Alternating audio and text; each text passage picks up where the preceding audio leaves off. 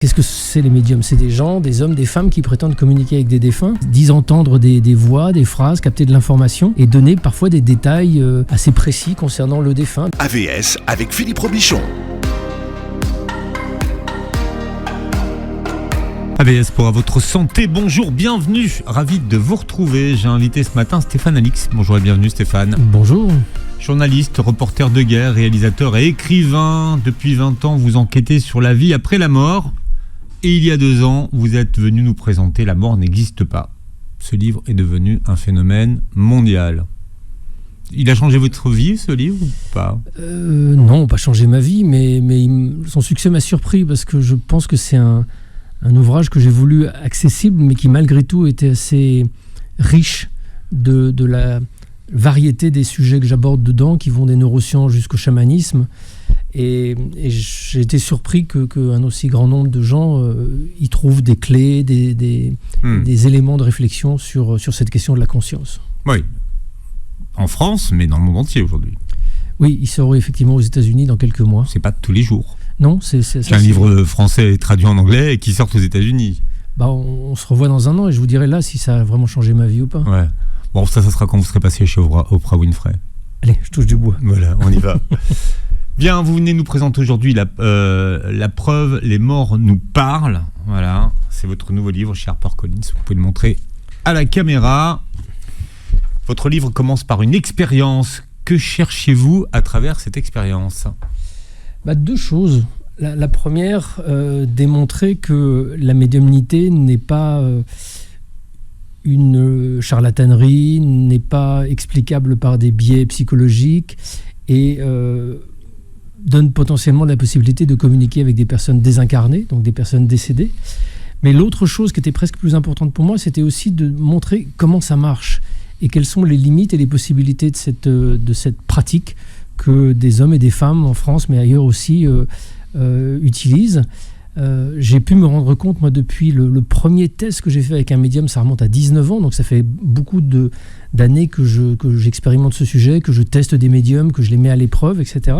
Je vois bien que ça marche, je vois bien que... Alors c'était après la disparition de votre frère. Hein. C'est ça, oui, vous avez évoqué le fait que j'étais journaliste et reporter de guerre, je l'ai été pendant une dizaine d'années, et puis mon frère est décédé dans un accident de voiture en Afghanistan, il y a de cela 24 ans, et c'est ce qui effectivement m'a conduit à m'intéresser à la question de la conscience, de la vie après la mort et de tous ces sujets-là, avec une approche que je veux essayer d'être résolument journalistique et en tout cas aussi scientifique que possible. Et donc c'est avec cet angle-là que j'aborde la question de la médiumnité. Qu'est-ce que c'est les médiums? C'est des gens, des hommes, des femmes qui prétendent communiquer avec des défunts. Comment ça se manifeste?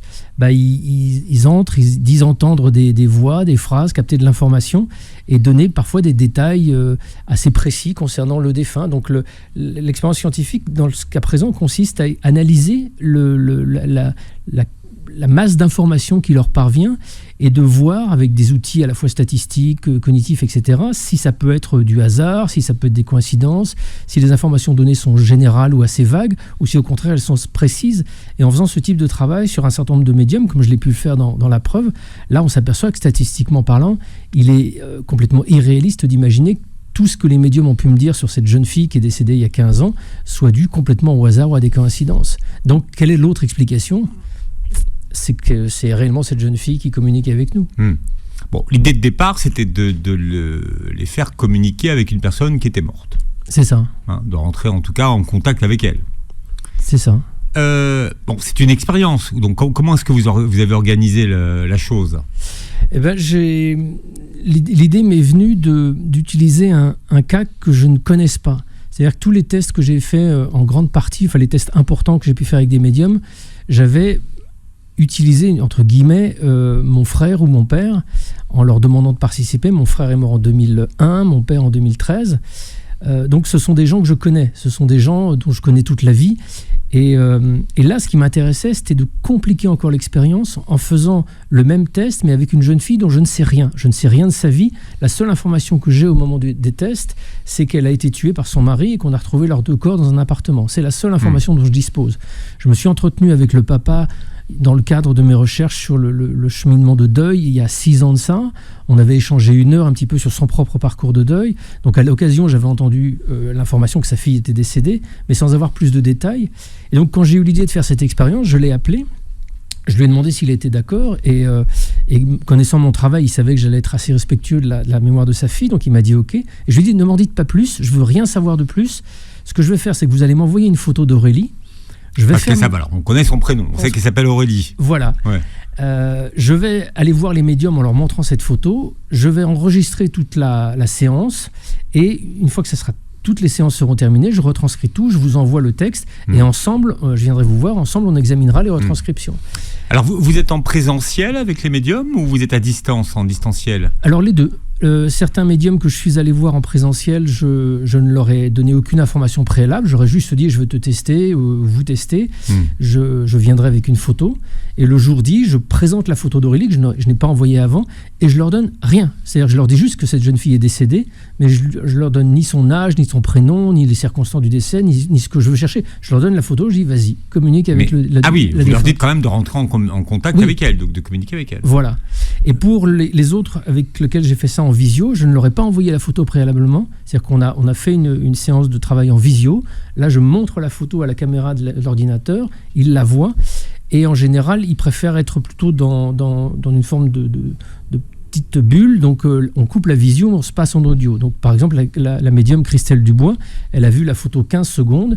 Et ensuite, on est entré en audio simple. Elle n'avait plus de visuel. Et là, elle a fait sa séance en connexion avec Aurélie. C'est comme si la photo, ça c'est ce que eux me disent, servait à canaliser la liaison d'une certaine manière.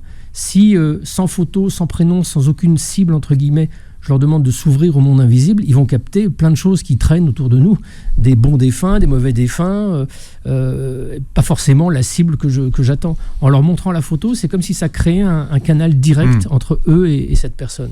Mais pourquoi vous ne vouliez rien savoir sur elle avant ? Pour rendre le protocole encore plus aveugle. Il y a une des pistes que je voulais éliminer, c'était aussi la piste psychologique.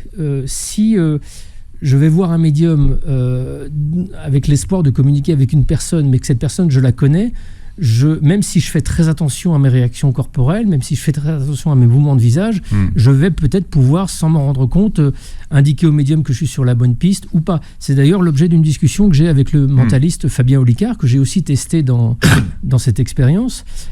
Alors lui, ça marche pas par contre. Hein. Parce qu'il est mentaliste. C'est-à-dire, alors, expliquez, parce que vous testez Fabien Olicard, vous lui montrez la photo, et lui, ça lui parle pas. Souvent, les gens disent que la médiumnité n'existe pas, que c'est des charlatans ou des bons mentalistes. Sous-entendu, des gens qui, à partir de leur capacité à lire les réactions inconscientes des personnes en face d'elles, sont capables d'avoir des déductions et de vous dire des choses extrêmement précises, sans que ça fasse intervenir la moindre perception extrasensorielle. C'est juste une sorte d'hyperacuité psychologique et cognitive.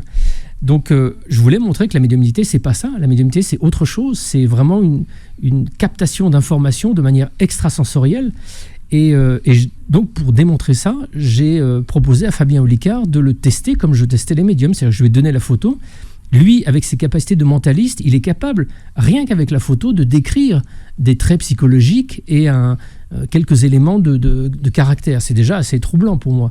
Mais il n'est pas capable d'aller plus loin. C'est-à-dire qu'il n'est pas capable de me dire cette jeune fille est morte comme ça et je ressens ça, etc.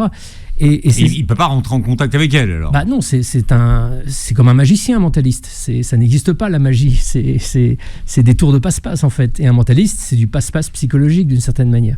Et c'est ça qui m'intéressait de mettre en avant. C'est que la médiumnité, c'est vraiment pas du passe-passe. Alors, il y a bien évidemment des charlatans, il y a des gens qui se font passer pour des médiums qui ne le sont pas et qui utilisent des techniques un peu de passe-passe, ou ce qu'on appelle de cold reading, de lecture à froid. De lecture à froid. C'est, par exemple, si là, vous veniez me voir et que moi, j'essayais de me faire passer pour un médium auprès de vous et que vous vouliez communiquer avec votre maman, par exemple, ou votre grand-mère, je dirais, je vois une dame avec des cheveux blancs, elle vous aime.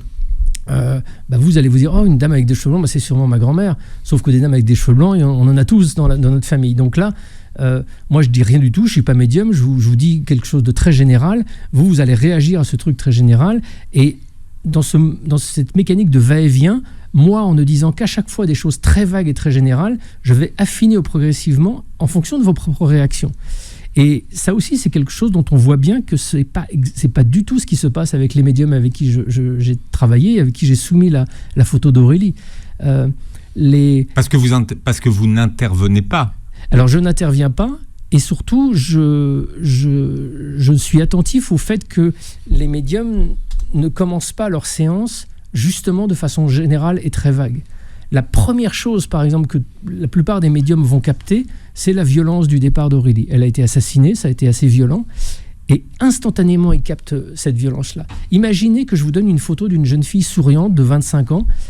Comment est-ce que 7 médiums, les uns après les autres, vont capter immédiatement, tout de suite, en quelques secondes parfois, la violence des coups qu'elle a reçus? Pourquoi est-ce que certains n'iraient pas sur l'hypothèse qu'elle est peut-être morte d'une maladie, d'un accident de voiture, d'un cancer ou que sais-je? Pourquoi est-ce que instantanément les 7 médiums vont capter les coups qu'elle a reçus, ce qui correspond réellement à la façon dont elle est partie? Mais vous ne saviez pas comment elle était morte? Ben moi, je sais qu'elle est morte de façon violente, mais je ne savais pas le détail. Mais vous n'avez pas le détail, c'est ça, oui. Non, le détail, en fait, je l'ai obtenu après, une fois que tous les tests ont été faits. Comme je vous le disais, j'ai retranscrit les séances, mot pour mot. Je suis allé voir le papa d'Aurélie, Pierre, et ensemble, on a examiné chacune des retranscriptions, et il m'a partagé les dossiers d'enquête policière, ainsi que le dossier d'autopsie d'Aurélie, pour justement mettre en évidence la précision, parfois, de certains médiums qui vont jusqu'à des détails de ce qui s'est passé dans cet appartement, où personne n'était en dehors des 2 personnes qui ont été retrouvées mortes. Bon, Olicard est passé à côté. Parce que c'est un mentaliste. Voilà, bon. C'est ça qu'il faut retenir. Parce que la médiumnité n'est pas du mentalisme. Si vous voulez, ça, c'est extrêmement troublant à entendre, peut-être, surtout dans notre société qui a l'air de nous avoir martelé à longueur de temps que la vie après la mort n'existe pas, ou alors éventuellement, si on est croyant, c'est du registre de la croyance, mais scientifiquement parlant, tout ça est un peu une ânerie. En gros, les croyants sont des grands naïfs. Moi, je trouve ça assez déconcertant, d'autant plus que quand on a l'approche qui est la mienne, c'est-à-dire en essayant d'avoir une approche qui reproduit des protocoles scientifiques. Là, ce que j'ai fait dans la preuve, c'est vraiment un protocole scientifique qui a été utilisé par des équipes de recherche aux États-Unis pour mettre en évidence la réalité de la perception médiumnique. Et quand je le mets en œuvre moi-même, je mets ça en évidence. Donc, moi, ce livre-là n'est pas un livre qui traite de croyance, en fait. L'espace croyant, l'espace religieux est pour moi complètement à part de cette enquête. Moi, j'essaye de tester avec un protocole extrêmement rigoureux des gens qui prétendent communiquer avec l'au-delà. En faisant ce test-là avec ce protocole, ils en font la démonstration. Waouh, c'est déjà assez énorme, ça. Alors, je vous pose une question. Est-il possible que des femmes et des hommes soient capables de communiquer avec l'au-delà? Et comment est-ce qu'on peut le vérifier? J'ai invité Stéphane Alix aujourd'hui, qui vient de nous parler de sa nouvelle enquête. Ça s'appelle La Preuve. Les morts nous parlent chez HarperCollins. Donc, vous avez convoqué des médiums. Combien en tout? 7. 7, à qui vous avez donc confié le même protocole. Une photo d'Aurélie, morte dans des conditions violentes, tuée par son compagnon. Hein, c'est ce mais ça, je ne leur disais pas. Ouais. C'est-à-dire que je leur donne une photo d'une jeune fille souriante, et je leur dis, cette jeune fille est décédée, c'est la seule information qu'ils vont avoir. Essayez d'entrer en communication avec eux. Avec elle, pardon. Ça veut dire quoi que de rentrer en communication avec un mort? On lui parle comment? C'est quel type de conversation qu'on peut avoir? C'est justement presque l'objet le plus important de ce livre, en fait. C'est de montrer comment ça se passe. Moi, la toute première fois que j'étais allé voir un médium, j'ai été allé avec un esprit de curiosité. C'était quelques années après la mort de mon frère. Et je m'imaginais, très naïvement sans doute, que j'allais me retrouver face à une sorte d'interphone ou de radio qui allait communiquer avec l'au-delà et me transmettre les informations. Donc je m'assieds en face de ce médium, je lui donne la photo de mon frère, sans lui dire que c'est mon frère, sans lui dire rien du tout.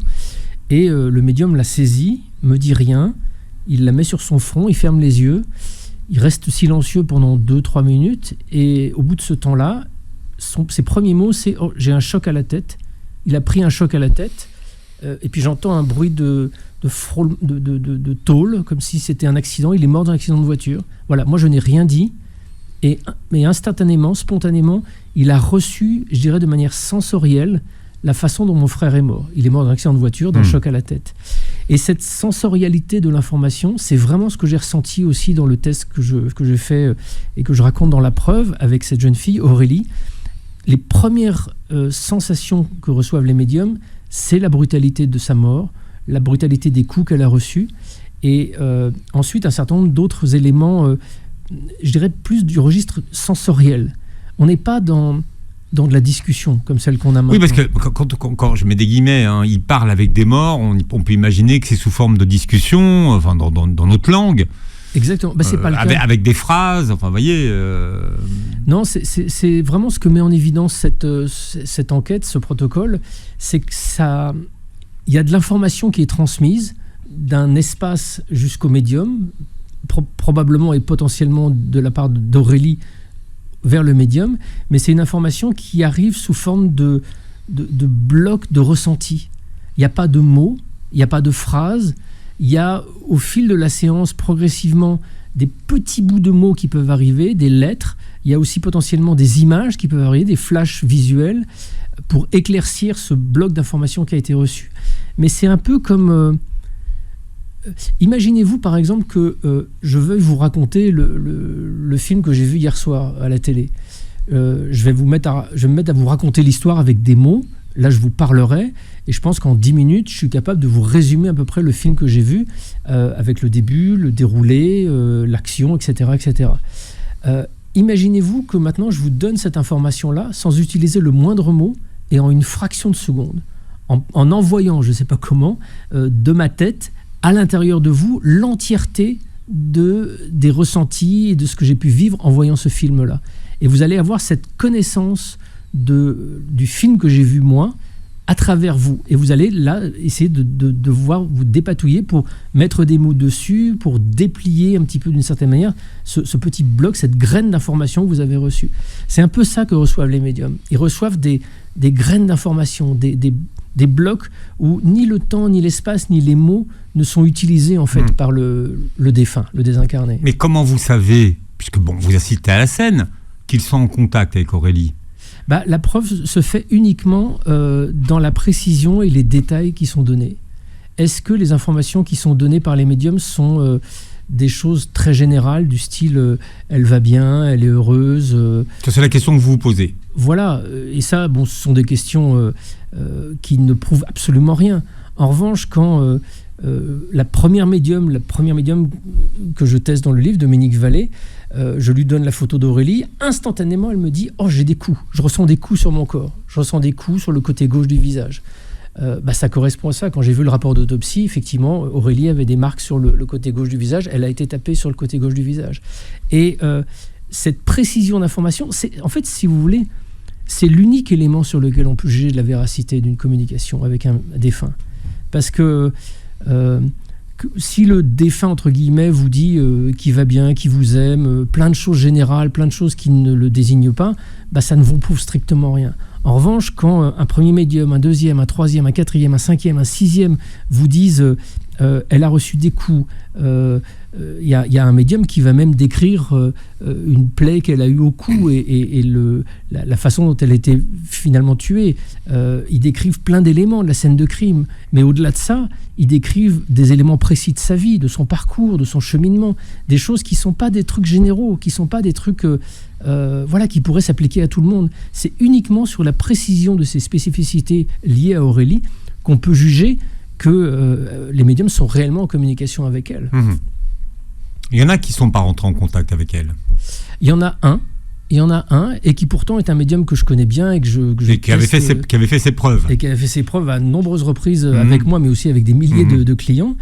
Et même avec les parents d'Aurélie, c'est ça qui est curieux, c'est que ce médium avait vu les parents d'Aurélie il y a de cela 13 ou 14 ans dans une séance publique où les parents étaient allés, et notamment le papa vraiment à reculons parce qu'il considérait que tout ça c'était du charlatanisme et des fadaises qu'on voyait à la télévision, mais il a quand même accompagné sa femme et il a eu le choc de sa vie parce que sans rien connaître, alors qu'ils étaient noyés dans une foule de plusieurs centaines de personnes, le médium les a désignés et leur a dit qu'ils avaient une fille qui avait été tuée au couteau et en décrivant les détails précis. Et donc ça, le papa d'Aurélie, Pierre, avait été très très très marqué par cette première séance. Et quand j'ai testé ce médium que je connais très très bien, bien évidemment, lui recevant des centaines et des centaines de clients chaque année, il était incapable de se souvenir d'avoir reçu cette jeune fille, les parents de cette jeune fille 13 ans auparavant. Donc je lui tends la photo d'Aurélie, et là, ça marche pas, le contact se fait pas. Donc on en a discuté, je raconte cette séance aussi dans le livre. Je sens qu'il est pas loin, qu'il y a quelque chose, mais c'est comme s'il y avait un énorme voile, une énorme distance entre lui et elle. Et on décrypte la séance ensemble et il me dit, mais tu sais, dans peut-être un cas sur 10, ça marche pas, je capte pas. Ça peut être dû à moi parce que j'ai passé une mauvaise nuit, ça peut être dû à la personne qui vient me consulter parce que sais-je, il y a des énergies qui ne fonctionnent pas, ça peut être dû au défunt qui ne veut pas se présenter. J'ai eu un témoignage il y a quelques jours d'une personne qui est allée voir ce même médium qui m'a dit, il m'a reçu, j'étais très impatiente parce que j'avais attendu des mois cette consultation, et puis quand je m'assieds en face de lui, au bout de quelques minutes, il me dit, écoutez, je suis désolé, je ne capte rien du tout, vous ne me devez rien, au revoir. Donc très dépité, la femme se lève, il se serre la main avec le médium, et au moment où le médium prend la main de cette femme, il lui dit, attendez, rasseyez-vous, il y a quelque chose qui vient. Et là, elle se rassied, et là, il y a la communication qui s'établit. Donc, pourquoi est-ce que ça marche ? Pourquoi est-ce que parfois c'est précis ? Pourquoi est-ce que parfois c'est moins précis ? Voilà, tous ces éléments de réponse, c'est vraiment des questions que j'ai essayé d'explorer en questionnant ces médiums à côté du test. Une fois que le test a été fini, je suis revenu les voir pour qu'on discute justement de la façon dont ça s'était passé, pourquoi est-ce qu'ils avaient eu certaines choses précises, pourquoi d'autres, pourquoi... Enfin voilà, la médiumnité pour moi, ça a fait la preuve de sa réalité, mais ça ouvre en fait un champ infini d'autres questions, comme certaines que vous m'avez posées déjà. Comment est-ce que cette communication s'établit entre cette réalité invisible et la nôtre ? Déjà, la question, c'est comment est-ce qu'on parle avec des morts ? Voilà. Vous voyez, c'est pas tous les jours que... Oui, j'en parle avec beaucoup de déconstruction. Oui, effectivement, peut-être qu'il faut que j'insiste un peu plus sur la rigueur de ma démarche. Mais oui, c'est quand même... vous savez, moi j'ai... Vous savez, ça fait, ils font tourner les tables et puis on entend les trois coups. Exactement. Mais moi, vous m'auriez parlé de ça avant la mort de mon frère. Je considérais tout ça comme des âneries, des croyances, des bêtises. Ça m'intéressait absolument pas. Et puis, il a fallu l'électrochoc de la mort de mon frère pour me pousser à commencer à m'intéresser, et pas en premier à la médiumnité. Le sujet qui m'a semblé rationnel et digne d'être étudié, ce sont les expériences de mort imminente, qui a vraiment été pour moi ma porte d'entrée à la question de la conscience. Voilà, ces hommes, ces femmes qui disent avoir vécu une expérience de sortie hors du corps, avec la lumière, le tunnel, etc., dans un moment où ils étaient soit en coma, soit carrément en arrêt cardiaque. Voilà, c'est parce qu'il y a beaucoup de médecins, parce qu'il y a beaucoup de recherches qui ont été faites là-dessus, je me suis dit, bon, il y a peut-être des gens sérieux qui peuvent parler de ça. Et en commençant à m'intéresser aux expériences de mort imminente, avec des neuroscientifiques, avec des chercheurs, avec des équipes qui ont bossé dessus dans le monde entier, enfin beaucoup aux États-Unis, je me suis dit, mais c'est fabuleux en fait, il y a pas de question taboue, il y a des scientifiques qui travaillent sur ces questions-là.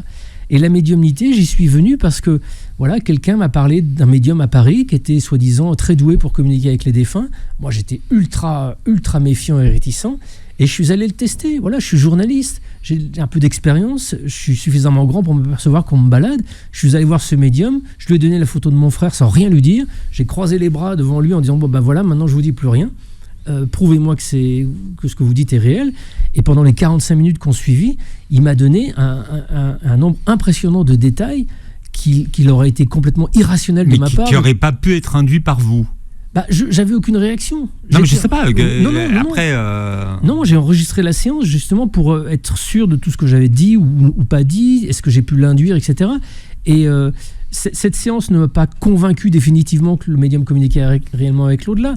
Il m'a convaincu qu'il y avait quelque chose de vraiment bizarre qui se passait. Mais en même temps, par exemple, à aucun moment, mon frère, qui prétendait être en communication avec lui, n'avait donné son prénom. Je me dis, pourquoi il ne donne pas son prénom ? Moi, si j'étais mort et que je pouvais me manifester grâce à un médium, je dirais je m'appelle Stéphane, etc. Donc ça m'a beaucoup dérangé. Donc, pas plus qu'Aurélie n'a donné son prénom à aucun des médiums. Exactement. Elle a donné son prénom à aucun des médiums. Elle n'a pas donné son prénom. Non. Donc, En revanche, elle a donné plusieurs autres prénoms complètement avérés et qui étaient importants, et notamment un qui était celui de sa meilleure amie. Et ça a eu des conséquences. Mais qui n'était pas dans l'histoire, qui est arrivé après. Mais bon, voilà. Puisque, effectivement... Elle avait fait son anniversaire la veille. Ah non, faut pas le dire. Faut pas tout spoiler. Je peux pas tout spoiler. Bon, on dira pas plus. Non, je ne peux pas vous en dire plus. Mais ça me donne quand même l'occasion de vous dire ça, c'est que Aurélie a parlé d'un certain nombre d'éléments que j'ai pu vérifier en consultant le dossier de police et le rapport d'autopsie. Mais elle a aussi des éléments que le père ne comprenait pas. Il disait, mais ça me dit rien du tout. Et à un moment, avec un médium, Aurélie a donné le prénom de sa meilleure amie, ce qui a permis à Pierre, le papa d'Aurélie, de dire, mais ça, c'est sa meilleure amie, que je suis allé rencontrer. Et c'est grâce à la discussion qu'on a eue avec cette meilleure amie que tout d'un coup, tout s'est éclairé. Et des choses qui avaient été dites par plusieurs médiums qui restaient inexpliquées sont devenues et ont en fait correspondaient à tout ce qui a déclenché ce drame. Donc voilà, on n'a pas résolu l'enquête parce que le cas d'Aurélie est malheureusement un banal entre guillemets féminicide comme il y en a tous les 3 jours. Donc le cas a été réglé. La police a réglé le cas de façon même assez cavalière en 24 heures. Donc il n'y avait pas un mystère à résoudre avec la consultation des médiums. Mais malgré tout, les médiums ont apporté des éléments que les parents d'Aurélie ignoraient sur le pourquoi et qu'est-ce qui a déclenché ce drame. Avec Stéphane Alix qui est là pour nous présenter son nouveau best-seller, La preuve, les morts nous parlent chez HarperCollins. Qu'est-ce qu'on appelle l'effet Barnum ? L'effet Barnum, c'est le sentiment que vous pouvez avoir quand on dit quelque chose, et notamment quand par exemple des médiums captent prétendument des informations vous concernant, de vous attribuer ces informations même quand elles sont très très vagues et très très générales. Si par exemple je vous dis « Oh, vous allez sans doute partir en voyage prochainement », que vous ayez ou non prévu de partir en voyage prochainement, vous allez trouver un moyen de me dire « Oui, effectivement, j'ai prévu le week-end prochain de partir en week-end, ou alors dans 3 semaines de partir en voyage, etc. » Vous allez trouver une correspondance. D'accord, avec ce que vous dites. Et ça, c'est un des éléments sur lesquels il faut vraiment être attentif quand on va voir un médium. Encore une fois, vous ne pouvez juger de la réalité d'un médium que sur la précision des détails qu'il vous apporte. Pas sur des choses générales, pas sur des choses très vagues. Et c'est vrai que quand on va voir un médium, je ne sais pas si certains de vos auditeurs ont tenté l'expérience, on est dans une attente folle. On est dans une espérance folle. Et moi, j'invite vraiment les gens qui veulent tenter cette expérience à rester le plus rigoureux possible dans ce contact qu'ils vont avoir. Et la meilleure chose à faire, c'est de ne donner aucune information. Quand vous prenez rendez-vous avec le médium, vous dites « je voudrais communiquer avec un défunt », point. Vous ne dites pas avec qui, vous ne dites pas pourquoi, vous ne dites pas la relation que ce défunt a avec vous. Et le jour du rendez-vous, éventuellement si le médium le demande, vous arrivez avec une photo et vous ne dites rien. Vous ne dites pas « c'est un tel, il est mort comme ci », parce que le défunt... La communication avec un médium, c'est pas une conversation, donc le médium ne va pas pouvoir discuter pendant un quart d'heure avec le défunt. Il va par contre pouvoir capter des petits détails, des petits éléments, et souvent les détails qui sont retranscrits sont des détails concernant la fin de vie, par exemple, du défunt, ou par exemple un élément précis de son existence. Mais imaginez, mettez-vous du côté du défunt. Vous êtes mort, je suis mort, un de nos proches vient voir un médium pour communiquer avec vous. Qu'est-ce que vous allez spontanément vouloir dire ? Vous n'allez pas vouloir dire je vais bien, je t'aime. Vous allez vouloir dire rappelle-toi, quand on est parti en vacances et qu'on était que tous les deux, il s'est passé ci de très très spécifique.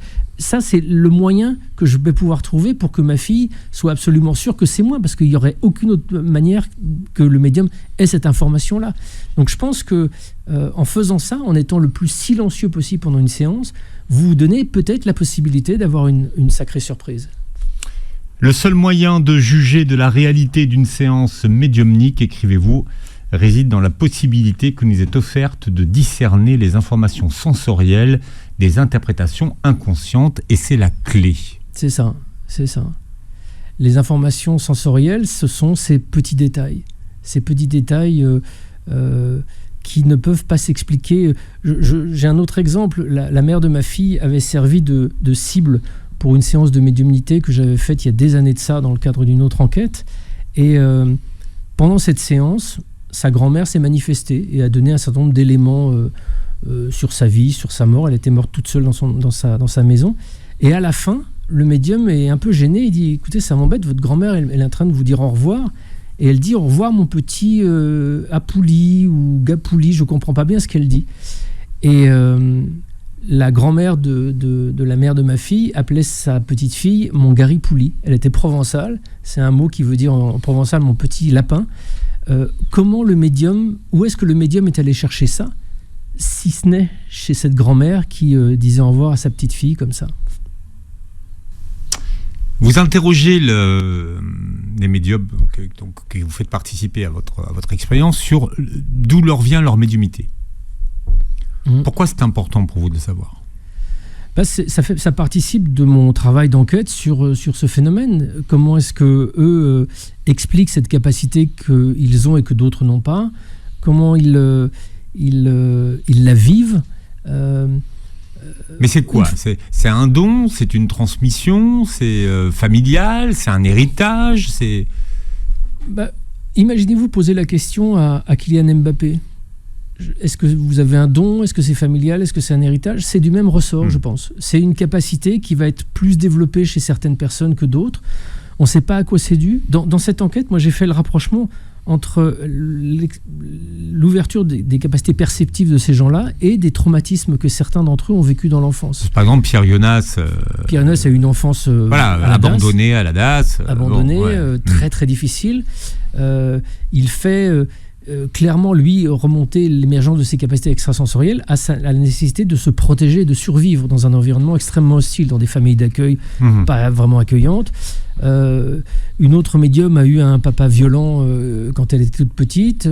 Une autre a eu une enfance extrêmement difficile aussi. Alors, en même temps, tous les enfants qui ont une expérience et une enfance difficile ne deviennent pas médiums. Mais est-ce que ça veut dire que les médiums que vous avez interrogés sont médiums parce qu'il y a eu un trauma dans l'enfance? Je l'observe chez certains d'entre eux, pas chez tous, mais je l'observe chez certains. Donc peut-être que le trauma va jouer le rôle une psychologue d'ailleurs que j'interroge emploie ce mot-là, de ce qu'on appelle une effraction psychique. Peut-être que cette effraction à l'intérieur de la psyché fragilise d'une certaine manière l'enveloppe qui d'ordinaire chez vous comme chez moi est plutôt perméable, notre enveloppe psychique, et chez certains d'entre eux, elle ne l'est plus. Et donc, à travers ces failles, d'une certaine manière, entrent plus d'informations, et notamment ces informations provenant de désincarnés. C'est une hypothèse que j'aimais et qui est émise par un certain nombre de psychologues aussi. Ça, je l'ai observé dans l'enquête que j'ai faite sur mon précédent livre, La mort n'existe pas, où je vois combien l'être humain, en fait, et le cerveau est un outil adaptatif qui nous enferme d'une certaine manière dans une toute petite bulle cognitive. On sait aujourd'hui que nos yeux ne voient pas la réalité, nos oreilles n'entendent pas la réalité, notre cerveau interprète en permanence un ensemble de signaux cognitifs qui nous parviennent, et en fait ce que l'on voit dans notre tête, ce que l'on considère comme être la réalité, c'est un champ extrêmement réduit du réel qui est majoritairement interprété. Donc qu'est-ce que c'est que capter de l'information de façon extrasensorielle? Qu'est-ce que c'est que entendre ou capter des informations et des connaissances venant de désincarnés? C'est, d'une certaine manière, avoir cette enveloppe un tout petit peu plus élargie que celle qui est la vôtre ou qui est la mienne, et qui laisse passer plus de choses. Ça correspond à la phénoménologie de ce qu'on peut observer. Quelle différence vous faites entre un médium et un voyant ou une voyante? Alors, c'est surtout sur la pratique. C'est-à-dire que les gens que j'ai testés, pour plusieurs d'entre eux, font les deux. C'est-à-dire qu'ils font aussi bien de la voyance ou de la médiumnité. La médiumnité, dans leur pratique, c'est s'ouvrir à la communication avec un défunt, un désincarné ou plusieurs désincarnés. C'est pas pour dire l'avenir, c'est juste pour... c'est pour capter de l'information de la part de ces défunts et éventuellement des messages adressés à leurs proches vivants. La voyance, c'est s'ouvrir à une dimension invisible de connaissance et capter de l'information sur le futur, le passé du consultant qui est en face de vous, mais sans que ça fasse intervenir de communication avec des défunts. Ouais. Vous dites que de ce que vous observez, finalement, il y a très peu de vrais médiums. Oui, depuis 19 ans que je rencontre des médiums, que j'en teste, effectivement, j'ai l'impression qu'il n'y en a pas des centaines et des centaines. Il y a beaucoup de gens qui... Alors, il y a des charlatans, c'est-à-dire des gens qui n'ont aucun pouvoir et qui se font passer pour des médiums et qui abusent de la crédulité des gens. Ça, il y en a sans doute, j'en ai pas rencontré beaucoup. En revanche, ce que j'ai beaucoup rencontré, c'est des gens qui se croient médiums, mais qui ne sont pas vraiment, qui sont un peu médiums comme moi je suis le pape.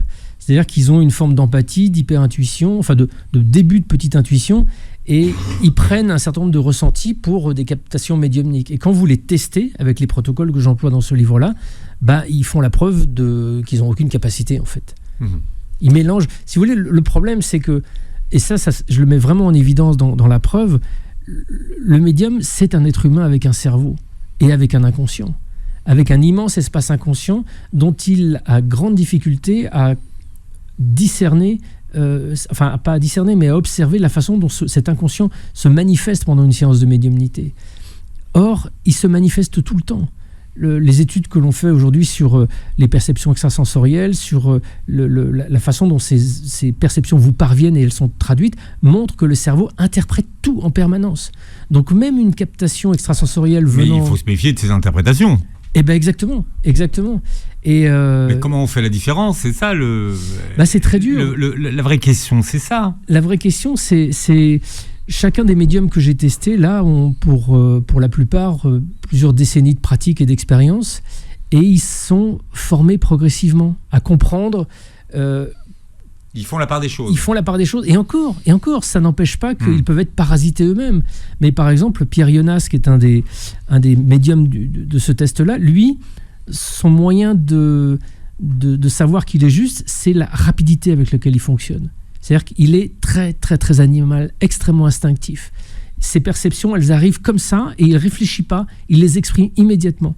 Quand il capte quelque chose, il le dit tout de suite. Il parle très vite, il déborde d'énergie.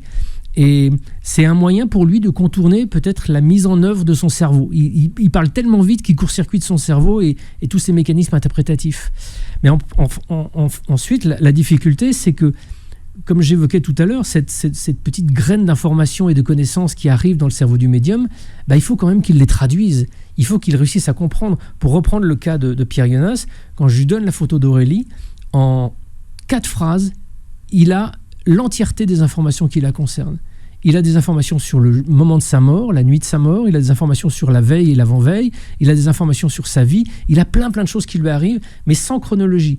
Et ensuite, la séance va consister pour lui à interroger Aurélie pour commencer à mettre un peu d'ordre dans tous ces éléments qui sont venus de façon groupée. Ça se situe 3-4 jours avant, ça se situe vraiment le soir du drame, ça c'est contre quelque chose qui est arrivé dans les mois qui précédaient, c'était sa vie, etc. Et ça demande du temps. Et c'est dans ce travail-là que se glissent des erreurs, que se glissent des mauvaises interprétations, que se glissent des approximations. Et donc la justesse d'une séance médiumnique, elle se base sur ce qui va venir spontanément du défunt vers le médium. Quand on entre dans une phase où là on va questionner le médium, c'est ce qui arrive souvent quand on est en consultation, est-ce que le défunt peut me dire ci, est-ce que le défunt peut me dire ça, là on entre dans une possibilité d'erreur encore plus grande, d'interprétation et de mauvaise compréhension. Bon, comme vous savez, il existe de nombreux préjugés sur la médiumnité. Je suis là pour les examiner les uns après les autres. Beaucoup de préjugés, il y a beaucoup de fantasmes, d'idées reçues, de fausses idées qui circulent, mais voilà, c'est pas un sujet consensuel. Non, mais voilà, on vit dans une société qui considère que tous ces sujets liés à la question de la conscience et de la survie de la conscience devraient être exclusivement du ressort du religieux et donc du ressort des croyances.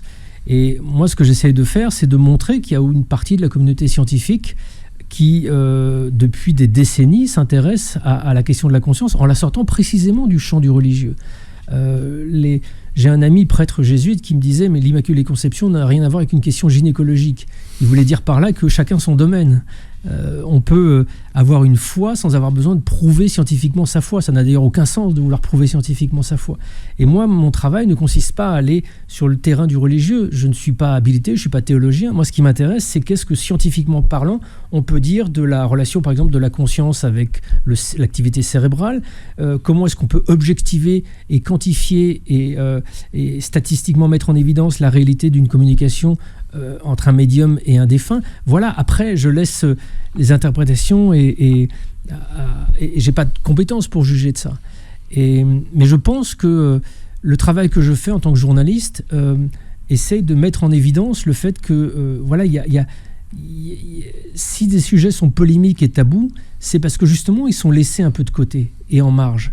Quand on ne s'intéresse pas, si vous ne me donniez pas l'occasion de venir parler de ce sujet-là pendant 1 heure, on n'aurait pas l'occasion justement de creuser et de discerner qu'est-ce qui est de l'ordre de la fadaise, qu'est-ce que l'ordre de la réalité sur ce phénomène-là. Et malheureusement, dans notre société occidentale, on voudrait se protéger de dérives sectaires et d'une mauvaise compréhension de ces phénomènes-là, mais on le fait en n'en parlant pas. Sauf que ces phénomènes sont réels. Il y a 600 000 personnes qui meurent chaque année en France, et parmi ces 600 000 personnes, il y a 600 000 familles, et dans ces familles, il y a beaucoup de gens qui vivent des expériences inexpliquées, il y a beaucoup de gens qui ont envie d'aller voir des médiums.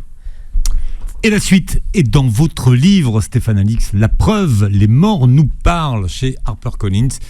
Vous pouvez montrer le livre à la caméra. Vous réécouterez l'émission en podcast sur beurrefm.net et sur les plateformes qui reprennent l'émission. Et vous verrez la captation de cette émission sur notre chaîne YouTube. Merci d'avoir été avec nous. Merci beaucoup. Vous revenez l'année prochaine donc, pour nous dire comment s'est passée la sortie américaine de votre précédent livre. Avec plaisir. Voilà, avec des millions de dollars dans les valises. Ça, je suis pas sûr que les livres permettent de gagner des millions de dollars. C'est vrai, même aux États-Unis ? Oui. Bien. En tout cas, merci de nous avoir prêté vos oreilles et passez une très belle journée santé sur Beurre FM.